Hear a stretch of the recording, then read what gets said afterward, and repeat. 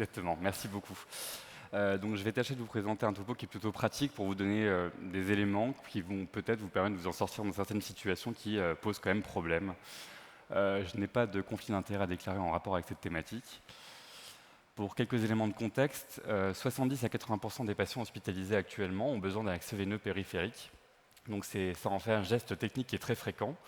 Et c'est d'autant plus fréquent que la Société française d'hygiène hospitalière, donc la SF2H, recommande un changement des voies veineuses périphériques toutes les 96 heures, délai qui peut éventuellement être porté à 7 jours chez les patients dont l'abord justement est difficile, avec une surveillance renforcée biquotidienne du point de ponction, du pansement, etc. Cette fréquence, elle va encore augmenter du fait que chez 10 à 20% des patients, on va avoir un échec de ponction à la première tentative. Et donc chez ces patients, ça va être vécu difficilement, avec de la douleur, de l'anxiété, de l'inconfort, et ça peut même aller jusqu'à altérer, voire compromettre la relation soignant-soigné, avec une crise de confiance du soignant envers son soignant qui n'arrive pas à faire un geste technique, et donc ça peut vraiment compromettre la suite des soins.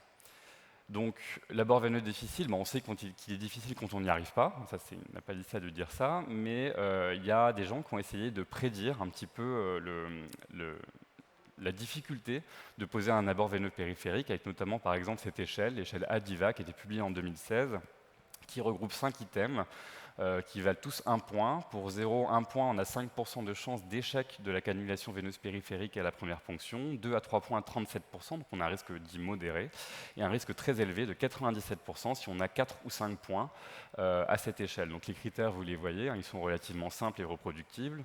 Le premier, c'est est-il impossible d'identifier la veine visée en la palpant? Le deuxième, a-t-il déjà été difficile de mettre en place une perfusion? Est-il impossible ou difficile d'identifier la veine visée en la cherchant par le regard? S'agit-il d'une intervention urgente ou le diamètre de la veine est-il inférieur à 2 mm?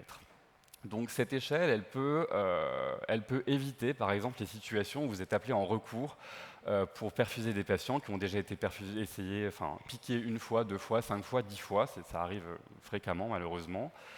Et donc tout ça pour dire que un collègue qui vous enverra un patient sans même avoir essayé de le ponctionner, je pense que ce n'est pas forcément une erreur, je pense que c'est plutôt une démarche qu'il faut encourager quand le score à cette échelle est très élevé.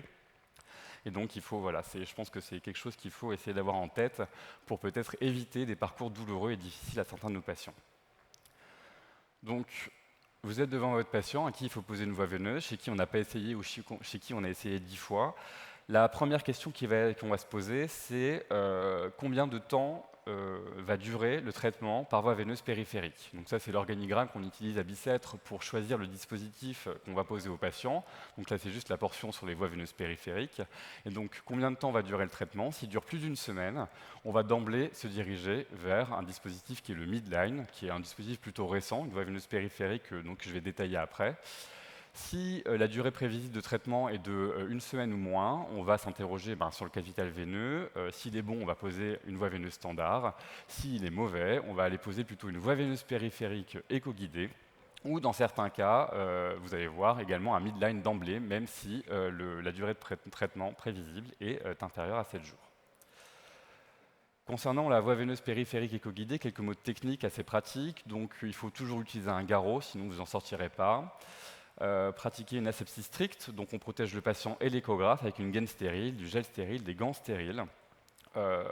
Les recommandations qu'on ne connaît pas trop sur la protection de l'échographe, en fait, c'est normalement une sonde d'échographie, tous les soirs, elle trempe 30 minutes dans une solution désinfectante. Et c'est le cas également si elle est en contact avec des liquides biologiques. Je ne sais pas qui pratique ça dans la salle, mais je pense que personne ne le fait.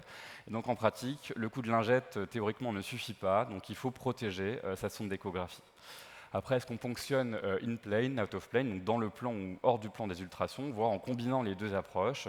Ça va dépendre du patient, évidemment, et de ses veines, mais également de l'expérience du praticien. À titre personnel, pour les veines qui sont plutôt superficielles, je vais plutôt utiliser une technique dans le plan des ultrasons afin de voir mon biseau et mon cathéter entrer dans ma veine, c'est plutôt sécurisant. Si jamais la veine est très profonde, au-delà de 15 mm en général, ou si elle est à proximité de structures nobles, telles que des nerfs ou des artères, je vais plutôt privilégier une approche hors du plan pour m'approcher de mon vaisseau et ensuite me mettre dans le plan une fois que je suis au contact du vaisseau pour voir l'entrée de l'aiguille dans le vaisseau. Les limites techniques pour la voie veineuse périphérique éco-guidée, c'est ce qu'on trouve dans la littérature. Il y a probablement un paramètre qui n'est pas très pertinent, qui est le diamètre de la veine inférieur à 4 mm. En pratique, quand on n'arrive pas à perfuser quelqu'un de façon standard en périphérie, les veines font toujours moins de 4 mm. Donc c'est un peu redondant de dire qu'effectivement ça va être plus dur si ça fait moins de 4 mm. En revanche, ce chiffre de 15 mm, je pense qu'il est important à retenir. Si jamais la veine est à plus de 15 mm de profondeur, le cathéter standard pour une pose de voie veineuse périphérique n'est pas, à mon avis, le dispositif qui est adapté. Donc c'est ce que je vous disais, c'est moins de 7 jours voie veineuse périphérique. Si jamais on est à plus de 15 mm de profondeur, il faudra probablement passer sur un midline ou un autre dispositif que je vais détailler après. Pourquoi? Parce que déjà c'est plus difficile, et en plus plus les veines sont profondes, notamment au-delà de 12 mm, plus le taux de survie du cathéter périphérique est faible. En fait, pourquoi? Parce que le trajet sous-cutané pour accéder à une veine périphérique est beaucoup plus long sous échographie que quand on ponctionne en direct avec un garrot, avec un simple cathéter. Et donc la portion de cathéter qui est dans la veine posée sous échographie est beaucoup plus courte, et donc avec un risque de déplacement secondaire bien plus important. Le patient plie le bras, le pansement bouge, le cathéter sort de la veine, ça diffuse, et donc ça nous est tous arrivé d'avoir un patient qu'on ponctionne sous échographie, on est très fier, et puis 3 heures après, il revient, parce que la voie veineuse périphérique ne marche plus ou le bras a gonflé, c'est probablement parce que le cathéter est ressorti de la veine. Donc pour les veines qui se trouvent, on va dire, entre 10 et 15 mm, il est, pour les voies veineuses périphériques, plutôt recommandé d'utiliser des cathéters périphériques longs, que je vous présente ici, qui sont assez faciles à obtenir auprès de la pharmacie, contrairement à la tobramycine. Donc c'est des cathéters de 45 mm qui sont figurés ici, donc c'est les mêmes, les 18 gauges, les 20 gauges, qui sont donc beaucoup plus utiles pour perfuser en périphérie en éco-guidage. Donc je vous recommande fortement d'utiliser ces cathéters-là. Depuis qu'on utilise ça, on a quand même beaucoup moins d'échecs secondaires, et donc de perfusions qui, secondairement, ne fonctionnent plus. Quelle veine on va choisir? Bon, ça c'est la théorie. Sur un avant-bras, on a normalement 3 systèmes veineux dominants, le système céphalique en latéral, le système basilique en médian, le système médian qui relie les deux par des anastomoses avec ce qu'on appelle le M veineux du coude. Ça c'est le système veineux superficiel qui va se prolonger au niveau du bras par la veine céphalique, donc c'est la veine qu'on voit sur la face antérieure du bras, ou par la veine basilique qui est la veine sur la face interne du bras. Donc en pratique, ça c'est la théorie. En fait, il va surtout falloir faire une cartographie échographique du membre supérieur pour voir un petit peu ce qu'on a et puis ponctionner ce qu'on trouve sans savoir si c'est la céphalique, la basilique, enfin ça, c'est pas forcément nécessaire. On a tout à fait le droit de poser des voies veineuses périphériques sur la basilique ou sur la céphalique au niveau du bras, c'est tout à fait autorisé, et c'est même ce qu'on fait assez facilement, par exemple aux urgences, pour les patients qui n'ont pas réussi à perfuser. Quand on n'a pas trop le temps, on regarde directement au niveau du bras, et en général, on trouve au moins une jolie basilique pour mettre une perfusion dedans. Si les membres supérieurs ne sont pas accessibles, donc on ne trouve pas de veine au niveau du membre supérieur, on peut tout à fait se diriger vers le membre inférieur, et notamment la veine grande saphène, qu'on va aller ponctionner en amont de la malléole interne, donc là où j'ai mis le cercle rouge. Cette ponction, elle est plutôt superficielle, elle est facile à faire. En revanche, il faut vraiment prendre l'échographe parce que le long de cette veine grande saphène chemine le nerf saphène, et donc c'est un nerf sensitif, ça fait mal quand on le touche. Donc il faut quand même éviter de faire ça et s'attacher à faire ça sous échographie. Si la voie veineuse périphérique n'est pas indiquée ou pour une question de profondeur, ce que je vous disais, au-delà de 15 mm, on peut utiliser un midline. Donc, quand on parle de midline, il y a 2 types de dispositifs. À gauche, ici, le midline sans prolongateur intégré. À droite, avec prolongateur intégré. Donc, c'est les midlines de chez Bard, parce qu'on travaille avec eux, mais je n'ai pas d'attache particulière avec cette société. Ça, c'est ce qu'on appelle un Power Glide. Donc, en fait, c'est un midline de 8 à 10 cm qui est un dispositif all-in-one. C'est-à-dire qu'on va ponctionner avec cette aiguille la veine, on va pousser à l'intérieur de la veine une espèce de tuteur, et ensuite, avec les ailettes, on va pousser à l'intérieur de la veine le midline en lui-même qui fait 8 à 10 cm. Donc ça se pose dans les mêmes conditions d'asepsie qu'une voie veineuse périphérique, c'est-à-dire gants stériles, échographe stérile, et ça reste moins de 7 jours en place. Donc c'est ce genre de dispositif qu'on peut utiliser quand on a une veine qui est très profonde. Si on n'a pas ça dans son hôpital, on peut faire une technique de Senndeugger classique avec un cathéter artériel, par exemple, qu'on a tous dans nos hôpitaux. Ça rend service et c'est très utile sur les veines qui sont très profondes. Maintenant, si on veut poser un dispositif qui va rester en place beaucoup plus longtemps, donc jusqu'à 1 mois, ce n'est pas un dispositif médical implantable, donc ça doit rester en place moins d'1 mois, le midline. On va aller vers un midline avec prolongateur intégré, donc c'est un modèle avec 2 voies, mais dans la plupart des cas, on en pose des modèles avec une seule voie. Et donc là, c'est des dispositifs qui sont un tout petit peu différents. Donc moi, j'aurais plutôt tendance à ponctionner sans garrot pour ces dispositifs-là, pour deux raisons. La première, c'est que les dispositifs veineux de longue durée doivent faire moins du tiers du diamètre de la veine dans lesquelles on les pose. C'est valable pour les midline, les peakline, tous les cathéters de longue durée, les chambres implantables. Et donc ce diamètre, il s'entend sans garrot.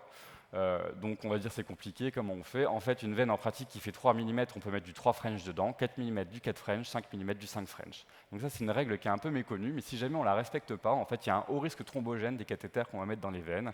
Et donc il faut vraiment s'attacher à choisir le diamètre de son cathéter en fonction du diamètre de sa veine.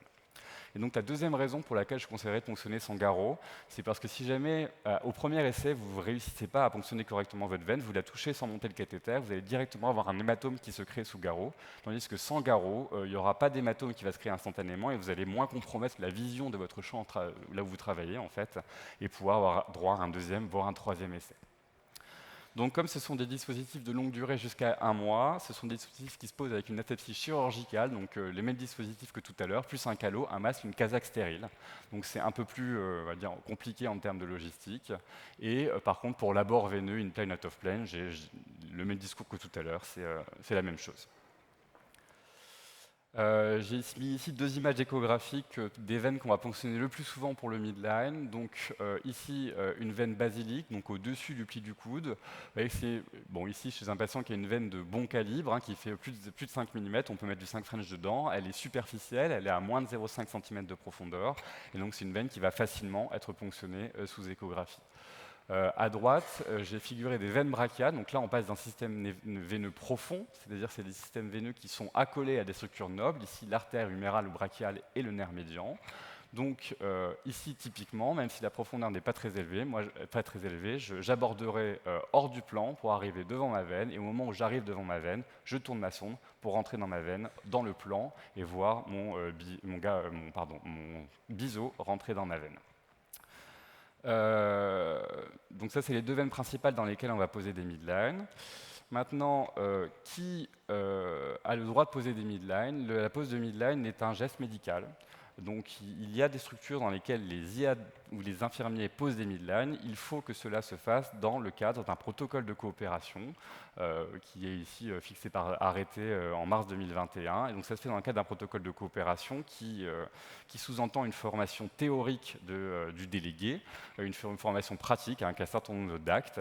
Et dans ce texte, il est également mentionné que les infirmiers IAD ou IDE ne sont pas autorisés à ponctionner des veines brachiales du fait de la proximité d'éléments en fait, dangereux pour lors de la pose de l'abord veineux périphérique. Donc c'est quelque chose qu'on ne sait pas forcément. Il y a des structures locales qui se mettent en place où les infirmiers posent ces dispositifs. Eh bien, sachez que ce n'est pas autorisé par la loi. Pour conclure, l'abord veineux périphérique, c'est un geste qui est très fréquent, qui est anxiogène pour le patient. Il ne faut pas hésiter à recourir précocement à l'échographe, y compris avant même la première ponction. Donc encore une fois, ne pas taxer ses collègues d'incompétence ou de fainéantise si jamais on nous adresse un patient pour perfusion sous échographie sans même avoir essayé. Ensuite, les deux questions à se poser, c'est le traitement va-t-il durer moins de 7 jours ou plus de 7 jours pour choisir le dispositif, et la profondeur de la veine qui m'intéresse, est-elle supérieure ou inférieure à 15 mm? Et enfin, si on pose un midline avec prolongateur intégré, ça se fait dans le cadre d'une asepsie chirurgicale par un médecin ou par un infirmier ou IAD dans le cadre d'un protocole de coopération. Je vous remercie. Si jamais certains d'entre vous veulent s'inscrire ou se former à la pose de voie veineuse périphérique sous échographie, le MAPAR propose 4 formations par an. Les prochaines sont en octobre et en décembre 2024. C'est plutôt une formation qui est à destination d'un public infirmier, mais normalement on a quelques médecins de temps en temps qui viennent se former, donc n'hésitez pas. Voilà, je vous remercie.